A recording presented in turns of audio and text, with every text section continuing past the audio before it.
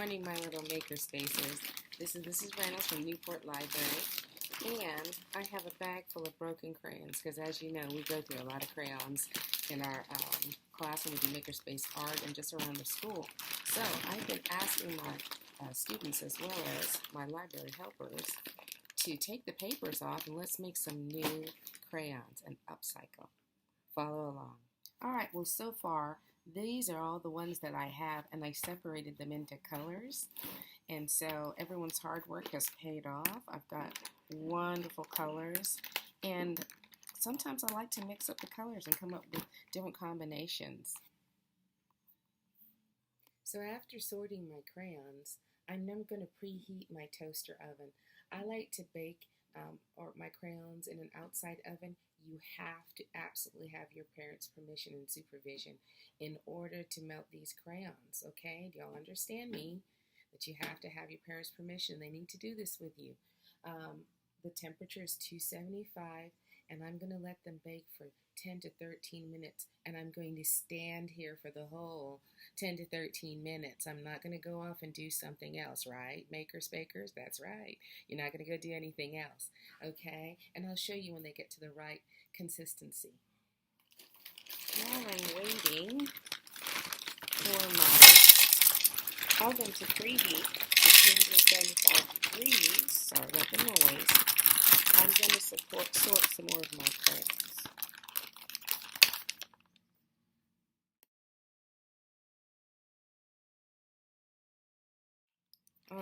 I was going to fast forward through me sorting crayons, but I wanted to tell you a little something. Sorting is very restful for the brain. It's really something that really makes you calm and feel good.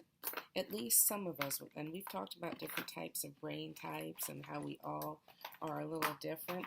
Well, I'm one of those people who loves to sort. Something about it is very soothing to me. So if you're one of those people who likes to sort, you can find different things to sort. You can find stuff to do around the house to help your parents out. Sorting socks is a good thing. Matching those up are great. Putting the forks and knives into the drawers in the right place, that's good. Putting away game pieces for your parents and for your siblings and for you. Sorting your room. All right, not so that it drives you crazy, but till it feels good. Nothing feels as good as when everything is in its place. And the reason why maker spacers need their stuff in the right place is nothing is more irritating than ready, have a day off, like I have a today off from school, and I am ready to melt some crayons for my kids at school at Newport Elementary, and not being able to find my crayons because I put them in the wrong place. So that is why I love to sort. That doesn't mean that I'm neat. That doesn't mean I don't have messes. It just means that I kind of know where everything is. And it makes me feel good to be able to create when I'm ready to create. All right, while we're waiting, so let me talk to you a little bit about different molds that you can use to put your crayons in. All right, I prefer the silicone molds that can be heated in the oven up to, I think, 400 or 500 degrees. They're awesome because once you have your crayon done, you can push them out because the mold is flexible. So I have some of these, and I just use them for crayons. All right, heart-shaped. Okay, that makes a nice crayon. And also I found this mold a long time ago. You can tell it's got a lot of use. And you can push these out, and it makes long sticks that you can make crayon sticks. Okay, now also sometimes you have these muffin tins that have seen better days, have a little rust in them and everything, and you can mold in these too and make really giant crayons. All right, so that, and I have a smaller size, so I'd hate to throw this in the dump, but I can reuse them. And after they dry and they're real cool, you can get the wax out them because the wax has a lot of oil in it. So you don't need to put anything on here. Please don't spray it. It's not like your cupcakes. Okay, but once you use them for this, keep on using it for these. Don't try and cook food in them anymore. All right, so these are some of the molds that I use for my crayons. All right, I'm still waiting for my oven to get to 275 degrees because it's really small. So that's the kind of thing that happens sometimes. But I wanted to give you some ideas in the meantime about why I make these larger crayons. Sometimes I make these larger crayons because they're wonderful to fill in artwork in the background. You know how sometimes you have to stay there forever trying to get around every single spot? If you have a large crayon, you can really fill in the space easily. And also you can get some great color combinations. So using molds, you can decide the size of your crayon. All right, so I hope this is helpful. Okay, makers, bakers, next time we come back, we'll be ready to melt.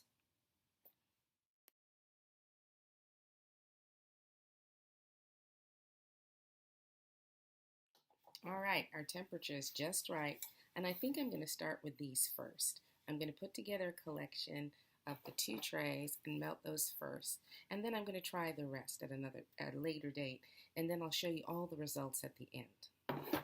Okay, I think I'm going to make some multicoloring. So I'm going to put in some greens, some oranges. Some of them I'm going to have to break a little more because they're too big. And maybe a little blue and some yellow. Okay. Can you ever believe people are telling you to break your crayons? And a little pink and red. And I think I want mine to be kind of mixed up a bit. All right. That's going to be one big crayon.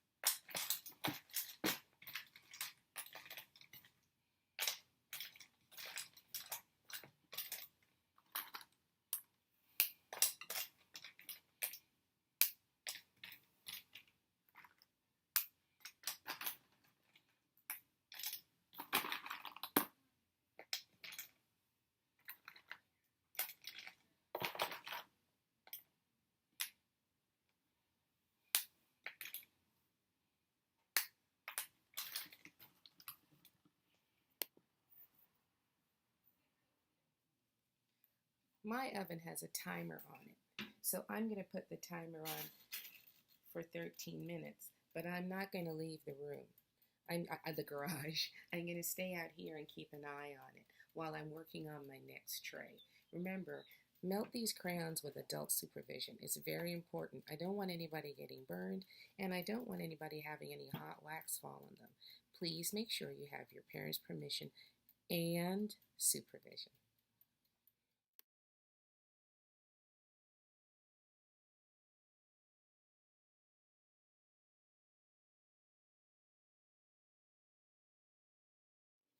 Good morning. It's a couple of days later at Anne-Marie's workshop, and my crayons are fully cooled. We had the Easter holidays, so I didn't have a chance to take them out. And I'm curious to see what kind of effects that I'm going to have with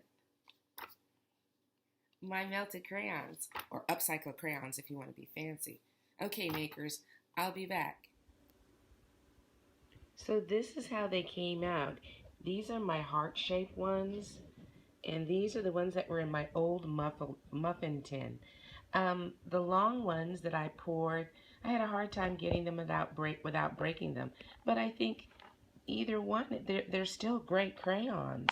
These are my Easter eggs. Aren't they beautiful? And here are my little guys that were in that blue silicone mold that was circle. This was in my old rusted kind of muffin tin. And these are some more from my muffin tin. All right, so all in all, I think they came out really, really nice.